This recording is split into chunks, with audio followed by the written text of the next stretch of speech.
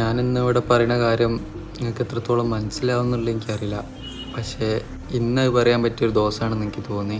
കാരണം ക്രിസ്ത്യാനോൻ്റെയും നെയ്മറിൻ്റെയും ബർത്ത്ഡേ ആണല്ലോ.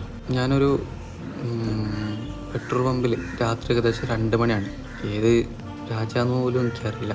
അങ്ങനെ നിൽക്കുന്ന സമയത്തുണ്ട് മെഴ്സിഡസ് ബെൻസിൻ്റെ ജി ക്ലാസ്സിൽ അവൻ്റെ വൈഫ് ഗിഫ്റ്റ് കൊടുത്ത ജി ക്ലാസ്സിൽ ഇങ്ങനെ വരുന്നത്. ഞാൻ അങ്ങനെ വരുന്ന വണ്ടിക്കൊക്കെ അങ്ങനെ കൈ കാണിച്ചത്. അപ്പം ഇതിങ്ങനെ കുറേ ശേഷം അങ്ങനെ വണ്ടി നമ്മൾ ആ സമയമാണല്ലോ, എല്ലാവരും ഇങ്ങനെ ഉറങ്ങുന്ന ഒരു സമയമായതുകൊണ്ട് ഇവനങ്ങനെ വരുന്ന കണ്ടപ്പോൾ ഞാൻ കൈ കാണിച്ചു.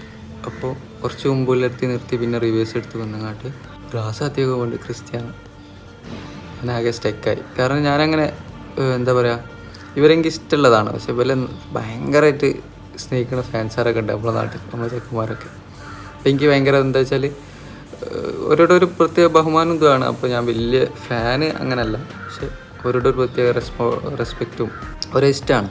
അപ്പോൾ അങ്ങനെ നിൽക്കുമ്പോഴാണ് എന്നോട് ചോദിച്ചത് എന്താ അവിടെ, അങ്ങനെ എനിക്കൊന്നും മനസ്സിലാവില്ല. അപ്പം എൻ്റെ മറ്റേ സാധനം ട്രാൻസ്ലേറ്റർ വെച്ച് ഇങ്ങനെ നോക്കിയപ്പോൾ സംഭവം പറയണേ എന്താ അവിടെ, നീ ആരാണ്, എന്താണ് ഇവിടെ.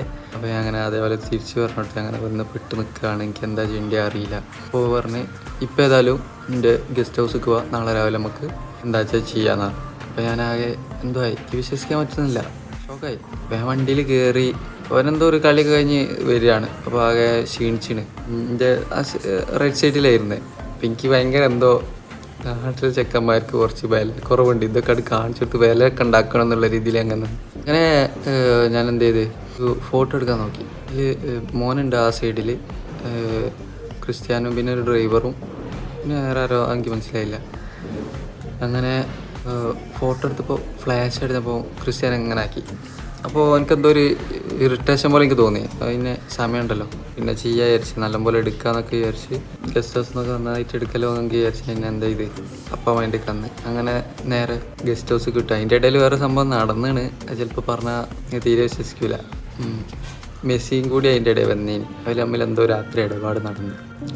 ഈ വണ്ടിയിലൊക്കെ ഒരു സംഭവം ഒരു അങ്ങോട്ടും ഇങ്ങോട്ടും ഫോളോ ഒന്നും ചെയ്യില്ലെങ്കിലും ഒരു രാത്രി അങ്ങോട്ടും ഇങ്ങോട്ടും നേരെ കാണുമ്പോൾ നല്ല ബന്ധമൊക്കെ തന്നെയാണ് കേട്ടോ.